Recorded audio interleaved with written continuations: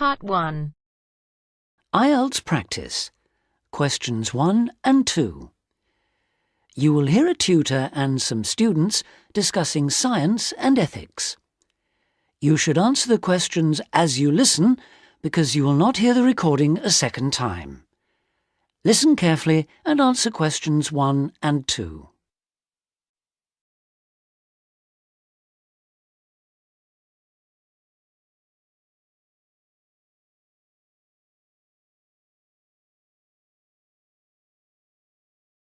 And answer questions 1 and 2. In the 19th century, scientific discoveries took a long time to produce any actual applications, and scientists might have had a case for giving little thought to the social or environmental impact of their work. That all changed in the 20th century, with the huge advances first in physics and then in biology. Science started to play a much more important role in our lives, and the relationship between scientists and society became much closer. Many scientists became increasingly concerned about the ethics of what they were doing, as they quickly saw the consequences. The benefits, such as vastly improved crop yields and the eradication of diseases like bubonic plague, but also terrible damage in the form of pollution and chemical weapons. Yes, but some scientists still claim even today that their only duty is to make public the findings of their research. They need to do that, of course, but I think the key points are that they ought to stop making any distinction between pure science and applied science, because in practical terms it no longer exists. And also, they must accept full responsibility for the consequences of their work. Now listen and answer questions 3 to 10.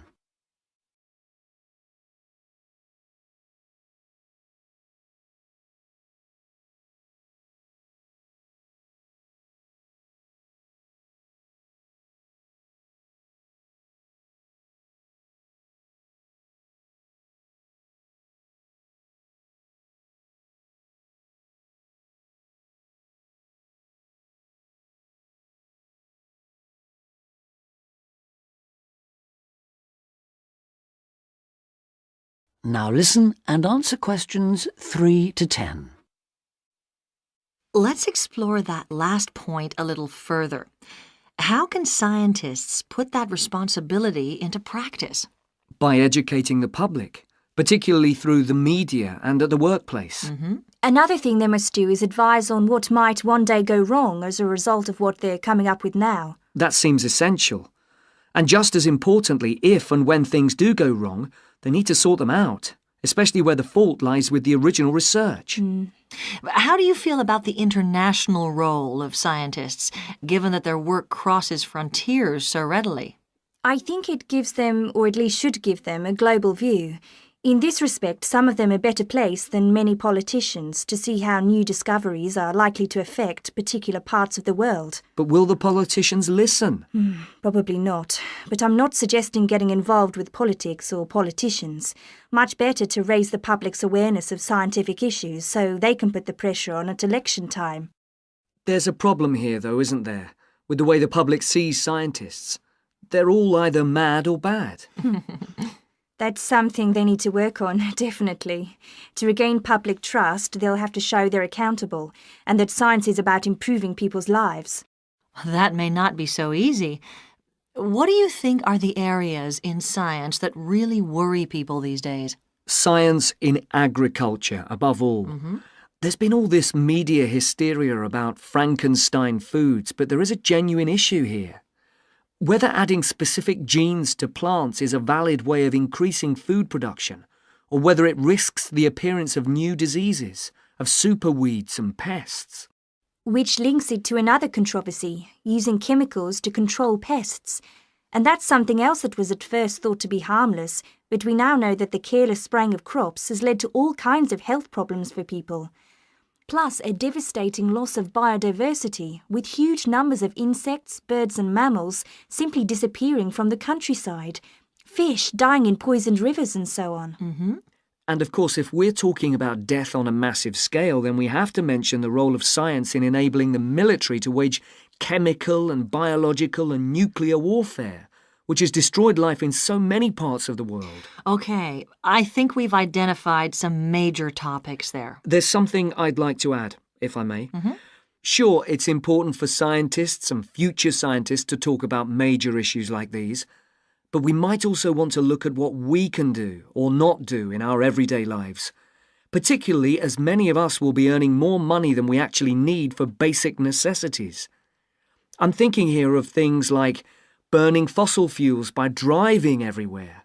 What do you think? Well, something that scientists seem to do rather too often is take planes to distant places, which is highly damaging environmentally.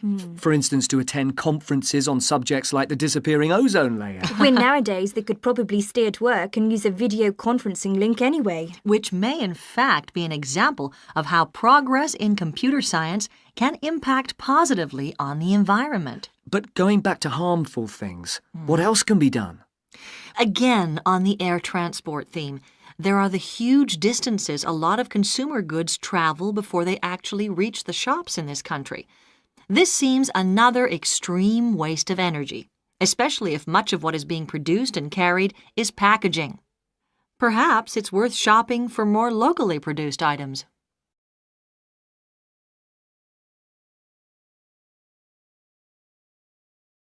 That is the end of part 1. You now have half a minute to check your answers.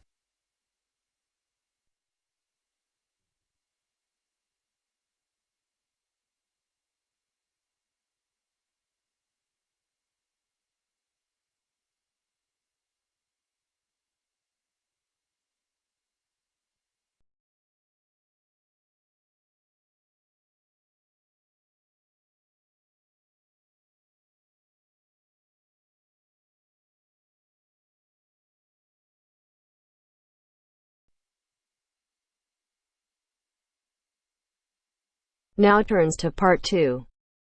Part 2. You will hear two students talking about a school project. First, you have some time to look at questions 11 to 15.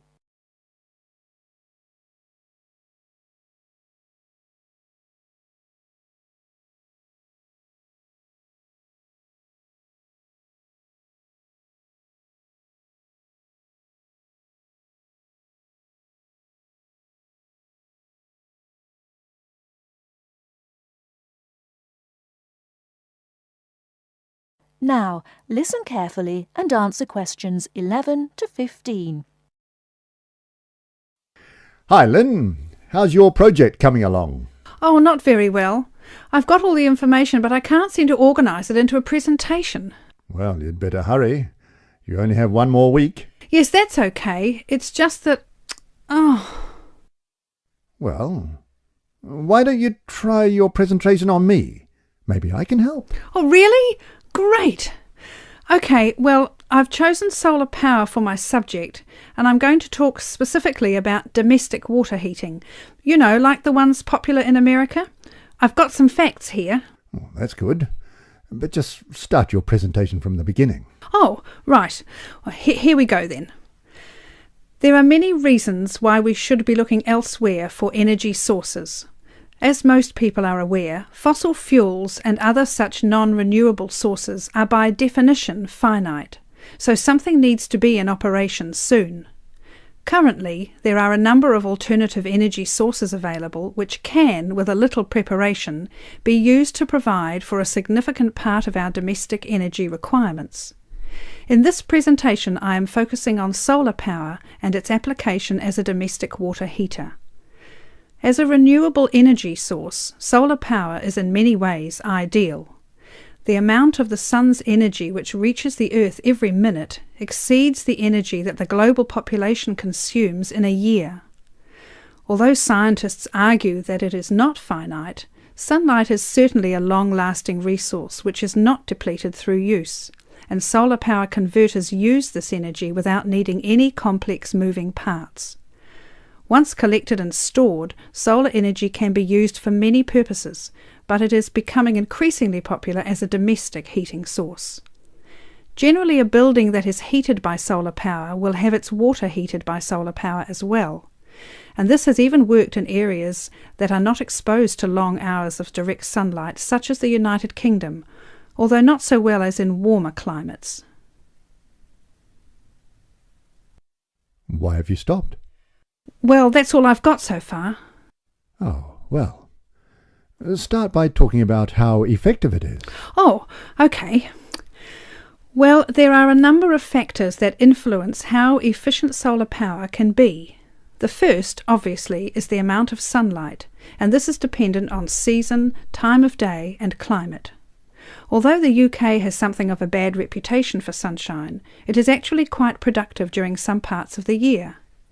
Given a sufficient size of solar panel and water storage tank, solar power can provide all of our water heating requirements in June and July, and even provide the majority until October.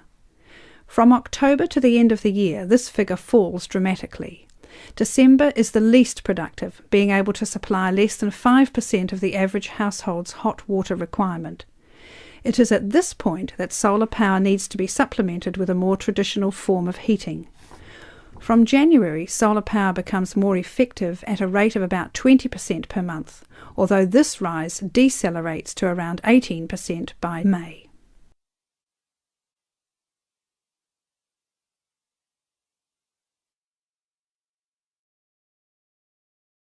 Before you hear the rest of the talk, you have some time to look at questions 16 to 20.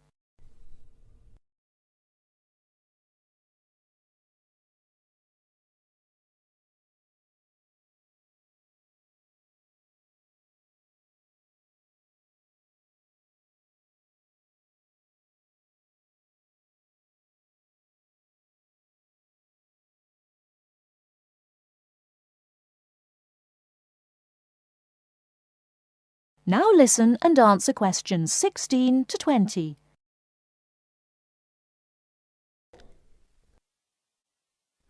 Now say something about this water heater.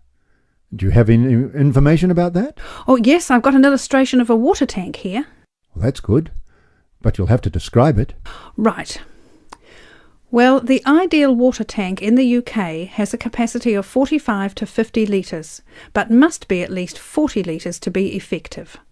The solar coil is put in the bottom of the tank to heat the water. Now remember that solar heated water will not get quite as hot as fossil fuel water heaters. The bottom half of the tank is normally 20 degrees, and this is why it is important not to have a tank that is too large, as that would take too much energy to heat. In this illustration, it rises to 40 degrees from halfway up. Don't forget that hot water rises, so the top third of the tank is the hottest and reaches an average temperature of 65 degrees. And what's this second layer around the tank? Oh, that's insulation. Because the tank is often either outside or just under the roof, rigid foam is used as an insulation layer.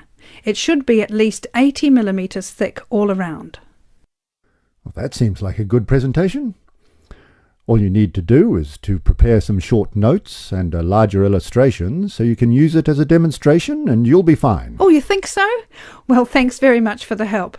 Maybe I could do the same for you one day. Maybe. Anyway, I have to go. Good luck. Thanks. Bye. That is the end of part 2. You now have half a minute to check your answers.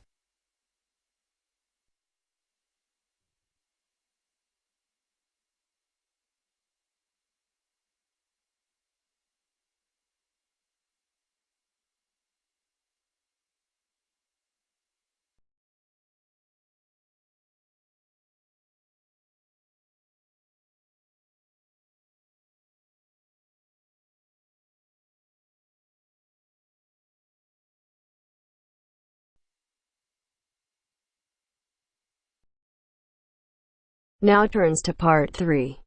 Part 3. You are going to hear a conversation on animal protection. First, you have some time to look at questions 21 to 25.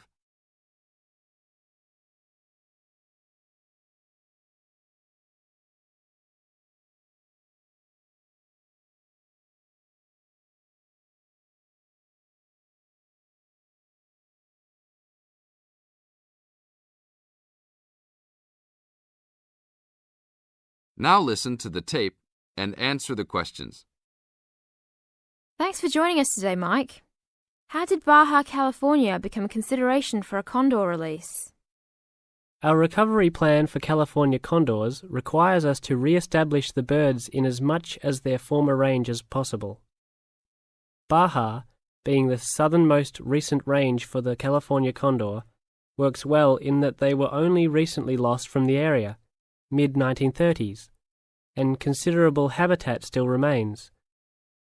It is very isolated with very few people in the area. The mountains are spectacular, ranging up to 10,000 feet, or 3,000 meters. Our selected release site is at nearly 8,000 feet, 2,400 meters. Mike, how many birds do you envision flying free in this area, Baja, in the future? We will be releasing 4 to 8 birds on a yearly basis and will reconsider the situation when we have 20 birds in the area. What age do the birds have to be before moving them? That's a good question. Typically, we move them at 8 months to 18 months old. Birds are ready to fledge, or leave, from the nest at 6 to 7 months of age. In our current release group in Baja, we have birds as old as 30 months. It will be interesting to see how they behave. I expect that they will want to range more than younger birds and make it challenging for us to keep up. Is there a maximum number of birds a certain area can support? Yes, it's called the carrying capacity for any area, for any species. In our case, our strategy to find that number is to saturate the environment to a level where we determine that the birds are showing difficulty either in finding food, behaviourally, or in survivorship. That level is greatly determined by the availability of food in the area and nesting possibilities.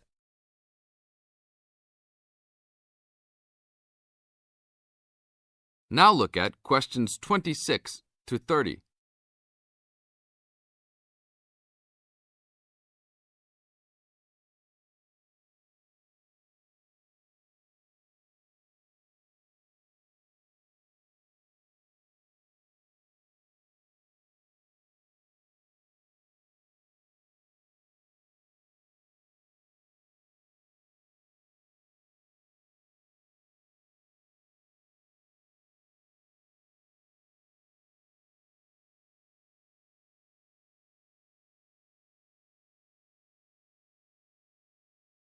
As the talk continues, answer questions 26 to 30. What do you hope to accomplish with this release in the long run? I expect that well within 10 years the condors will be flying north and joining birds already released in Southern California.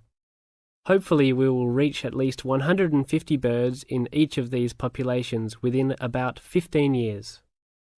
What would you say is the biggest contribution to the California Condor program's success? That would have to be the fact that we were able to breed the birds in captivity from the 27 birds we started with in 1987 to the 205 birds we have today. This is thanks to cooperation between the San Diego Wild Animal Park, the Los Angeles Zoo, and the World Center for Birds of Prey in Boise, Idaho. Are there any problems keeping track of and protecting your released animals outside of the US? Nope. We are using radio transmitters and will be using the new satellite and GPS transmitters as well. Which system is better? Using satellites. The advantages over radio telemetry are numerous. It makes it possible to keep up with the bird's flight without being led miles in a matter of minutes. It took the young condor only a week to migrate across the state, and with just radio telemetry, poor weather can keep a plane grounded, and not all roads are accessible to track them on ground. New technology will allow one to be able to track birds that are not accessible by plane. Also, it is a new way to gauge the effectiveness of reintroduction. How so? If a condor transmitter works properly, researchers will get a location every 10 days for about 2 years. Do you see an end in sight for the need to breed condors in captivity? Yes, that would be great. But it will take a while for us to establish the two wild populations and make sure that they are sustainable. Part of our recovery is to maintain a captive flock of 150 birds in various zoos around the country as a safety net for the future.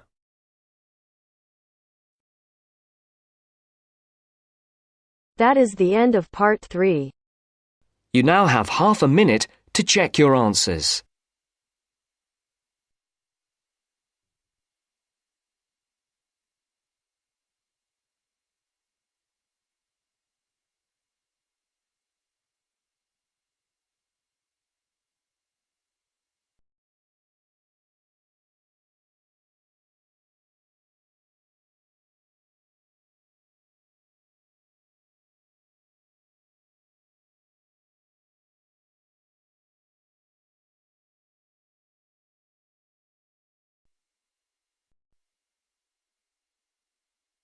Now turns to part 4. Part 4. A second session on interview skills. First, you have some time to look at questions 31 to 40.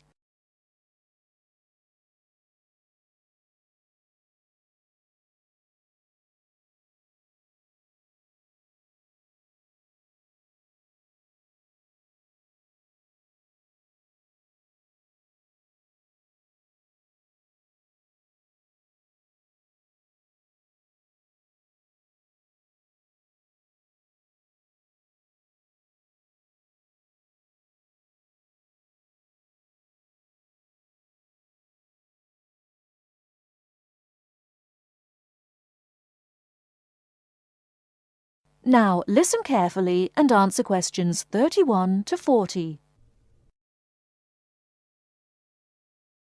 Hello there everyone, and welcome to our second session on interview skills. Now we have already looked at what to say in the interview and what to wear. So let's consider non-verbal behaviour, or as it is more often called, body language. Believe it or not, research has shown that this is what makes the strongest impression on people we meet.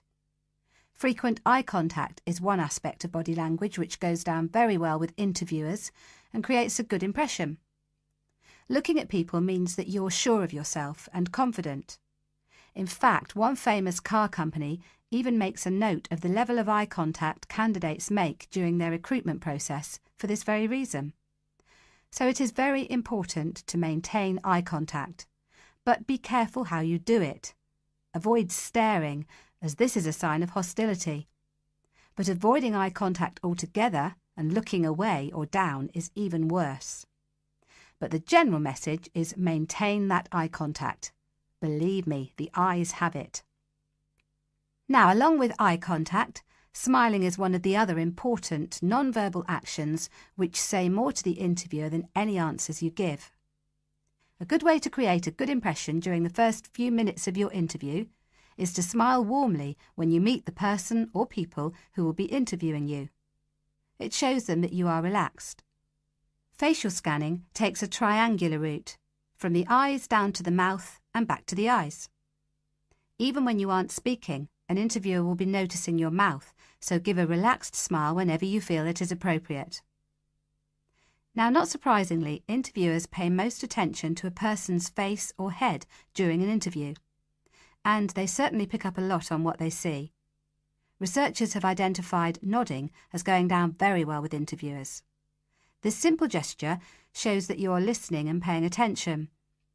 Another useful head gesture is to tilt your head slightly to one side. Now, this reinforces that you are listening well to what the interviewer is saying to you. However, tilting your head back isn't such a good idea, as this signals arrogance. And drooping your head forward indicates that you are lacking in confidence. And as we all know, that is exactly the opposite of what an interviewer wants to see. So the message is, mind your head. Now, posture, or the way that you carry yourself, is an important area of body language to be aware of. And it is one of the first body language signals that interviewers read as you enter a room. Posture also matters when you're sitting down.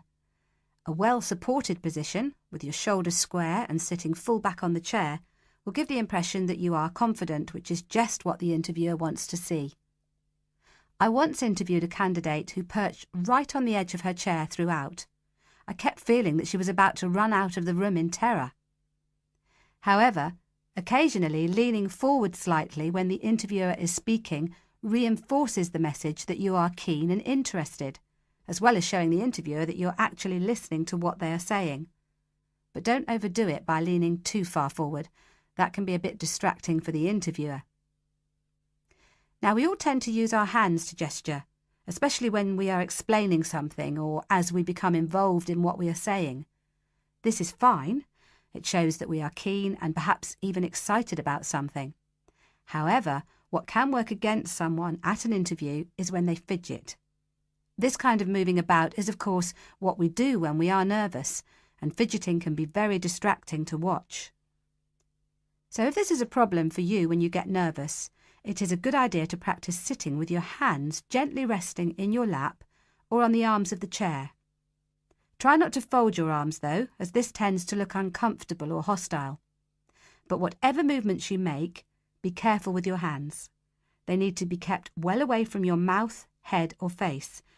In fact, experts say that when a hand flies up to or over a person's mouth, it implies that the person is worried or wound up about something. For most of us, staying calm in an interview situation is a challenge, so putting in a bit of practice in advance will help. So, to end with, here are a couple of suggestions on how to improve our body language. A good idea is to choose a role model, such as an actor or fictional character, or a public figure or someone you know. Then sit calmly and imagine that you are this person. Now, other countries have different body language signals. So remember that if you are being interviewed abroad, you may want to check if there are any special gestures to avoid. It's also a good idea to get used to reading body language signals. You can do this by simply watching how people interact in public places, such as on the streets or in restaurants. And finally, when people have struck up a rapport, it is reflected through the natural mirroring of each other's body language movements. So you can use this to your advantage by occasionally mirroring the interviewer's own movements. For example, if they lean over to one side, you can do the same a few seconds later. It helps to create a special effect known as similar to me. But don't do it too often or the interviewer will notice. Now, any questions before we move on to interview listening skills? That is the end of part 4. You now have half a minute to check your answers.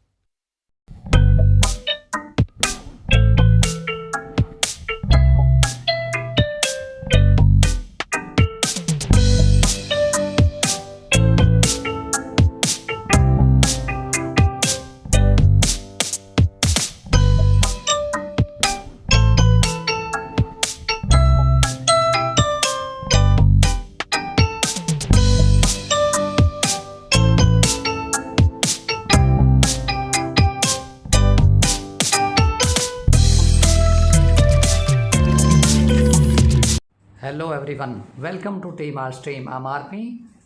I'm delighted to announce that on your demand we have started a series of writing task 1 and writing task 2.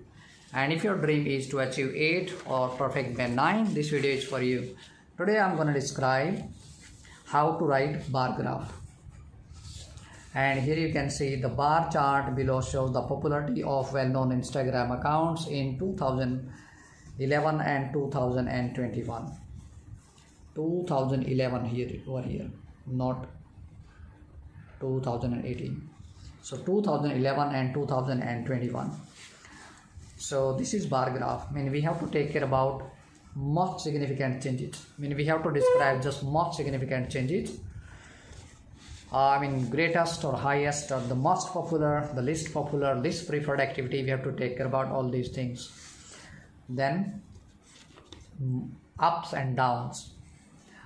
All right, so here is shows the bar chart shows below show the popularity of well-known Instagram accounts in 2011 and 2021. So here I have written in as an introduction detailed information regarding the followers of 5 eminent personalities. Eminent mean very famous personalities. So in spite of writing famous, you should write eminent to get band score, higher band score. on Instagram in the year 2011 and 2021 has been provided through bar graph. So this is another way to write introduction. Now see, I have written overview. So it is evident from an overall perspective. So it's again, in spite of writing overall, so I have made certain changes over here. It is evident from an overall perspective that Cristiano Ronaldo became the most followed personality on Instagram. So here you can see Cristiano Ronaldo, and here is 2011 and this is 2021. So you can see became the most followed personality on Instagram. Here you can see in 2011 means Selena Gomez was the most famous in 2011 if we talk about. But if we talk about 2021, Ronaldo became the most followed personality on Instagram, whereas when to write contradictory sentence, whereas Selena Gomez went from most to least popular. So here you can see she was Selena Gomez or Gomez. She was most popular in 2011. So most to least, you can see least popular or least amount of people were following her in 2021. Among influencer throughout the period surveyed, here you can say throughout the period surveyed, it means from 2011 to 2021. Okay, and now let's how I've written VP1. So in the year 2018, you can see, sorry, it was not 2018, it was 2011. It's 2011. Selena Gomez led the Instagram fan following by more than 100 million followers, followed by Ariana Grande 112 million and Ronaldo 110 million respectively. So here you can see Selena Gomez led the Instagram and she was most popular eminent or most popular influencer, Instagram influencer in 2011. Alright, but followed by Ariana Grande. Ariana Grande, you can see here, second most popular celebrity, and Ronaldo is the third most popular celebrity in 2011 with 110 million. By the year 2021, the followers of Selena Gomez surged by double time with 245 million. Here you can see more than 245 or less than 250. So more than double, it means here was just 130 or 40, but now it is more than 245. However, Ronaldo exceeded all other celebrities after 3 years by reaching at the peak in terms of Instagram follower, accounted for more than 300 million. You can see Ronaldo, now you can see in 2021 more than 300 million follower, you can see over here. So that's what I have written. And very important, reaching at the peak, very important phrase, and accounted for, it's very nice phrase you can use in your writing task 1 to score higher. Another striking feature of being observed is, so again it's very nice second introductory phrase. So another striking feature of being observed is that Rock was the second top influencer on Instagram. Rock, you can see, second top influencer on Instagram, whereas Arena and Kylie Jenner hold third position in terms of most followed celebrity, having followers in equal proportion in 2021. Here you can see Arena and Kylie Jenner. On the contrary, we are going to write something opposite. In 2011, both Kylie and The Rock was least popular on social media platform with less than 100 million followers. Here you can see Kylie and Rock, they were least popular mean least number of followers were following them in 2011. This is how you can write very nice bar graph. So hopefully it would be really beneficial for you. Thank you so much. But hit the like button and subscribe our channel for more videos. Thank you so much.